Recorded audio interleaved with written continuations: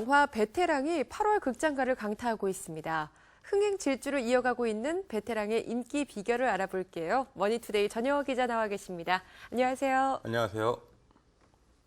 이 영화 베테랑의 흥행이 아주 상당합니다. 네. 어제로서 이제 400만 관객을 넘어섰다고요? 예, 그렇습니다. 베테랑은 지난 13일이죠. 40만 6,759명을 동원해서 박스오피스 1위를 지켰는데요. 예. 8월 5일 개봉에 누적 438만 8,763명을 기록했습니다. 이날 바로 어제죠. 협녀와 미스 와이프 등 신작들이 개봉했지만 베테랑과 암살이 나란히 1, 2위를 차지했습니다. 암살은 16만 명이 찾았고요. 이렇다는 건 오늘부터 이어지는 광복절 연휴 동안 베테랑이 1위를 질주하고 암살이 2위를 달린다는 걸 의미합니다. 현지 추세라면 베테랑은 이번 연휴 동안 누적 600만 명을 넘어설 것으로 보입니다. 예, 굉장히 빠른 흥행 속도가 아닌가 싶습니다. 네. 이 베테랑 아직 모르시는 분들도 많으실 것 네. 같으니까요. 영화에 대해서 좀 소개를 해주시죠. 베테랑은 2013년 1월이죠. 베를린을 선보였던 유승환 감독이 2년 만에 내놓은 영화인데요.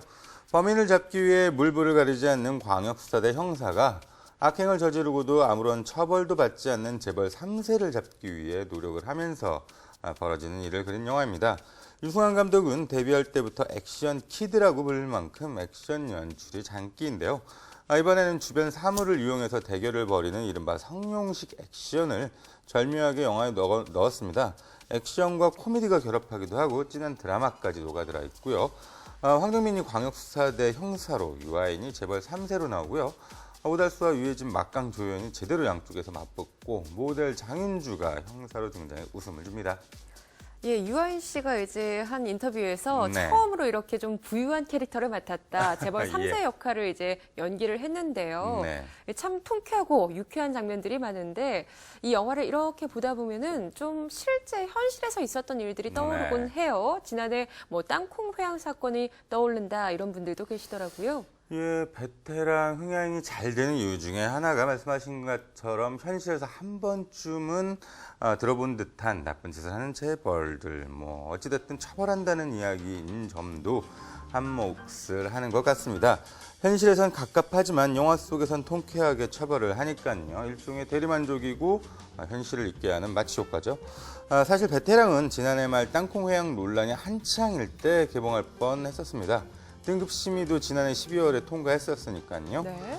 그때 개봉했다면 사회적인 분위기와도 맞아 떨어질 수 있었겠죠. 그런데 투자 배급사인 CJENM이 당시 국제시장을 개봉시켜야 해서 베테랑이 일단 뒤로 밀렸었습니다. 그러다가 다시 설 개봉을 염두에 뒀었고 다시 5월 개봉까지 밀렸었고요. 그러다가 계속 밀려서 8월에 개봉을 했는데요. 통상적으로 개봉을 미룰 때는 영화가 안 좋아서 그러는데요. 베테랑은 오히려 좋아서 개봉이 밀렸었습니다. 예. 올해 CJENM은 개봉한 영화들의 흥행 성적이 형편없는 데다 여름 시장을 선도할 블록버스터도 없는 상황이었습니다. 그래서 베테랑이 여름 시장에서 해볼만 하다고 판단해 이렇게 개봉을 늦췄고요. 결국 흥행 몰이를 하고 있습니다. 예, 등장인물 대부분이요. 워낙에 또 네. 연기파 배우로 유명하신 분들이라 어느 분 하나 연기를 못한 분이 없으세요. 네. 그런데 그중에서 굳이 또 한 명을 꼽자면 이 재벌 3세 캐릭터를 연기한 유아인 씨 얘기를 좀 나눠봐야 할 것 같아요.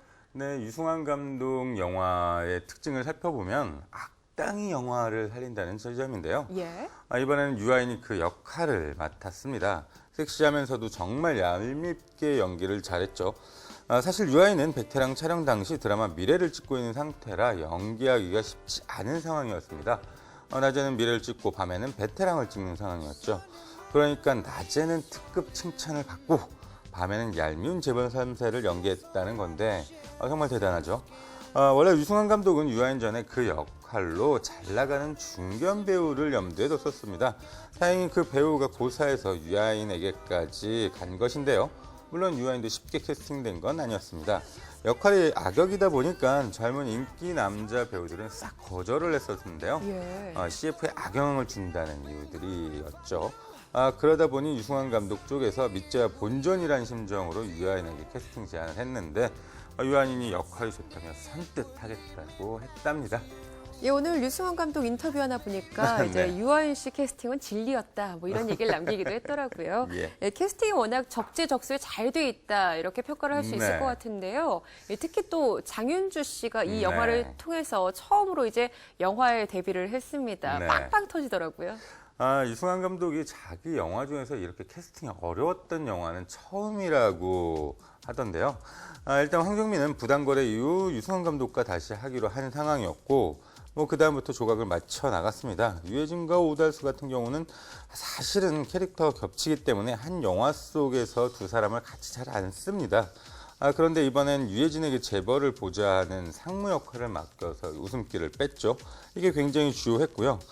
장윤주는 유승환 감독과 황정민이 같이 오디션을 봤다는데요. 네. 누구를 뽑아야 할지 고민하던 중에 추천을 받아 한번 만났는데, 장윤주는 다른 여배우들과 달리 딱히 내가 이 영화를 하고 싶어서 온 게 아니라 한번 보자고 하니까 온 거야 라는 식으로 예. 이야기를 했는데 그게 굉장히 인상이 깊었답니다. 네. 바로 그 점에서 유승환 감독과 황정민이 바로 꽂혀서 캐스팅을 했다고 하고요.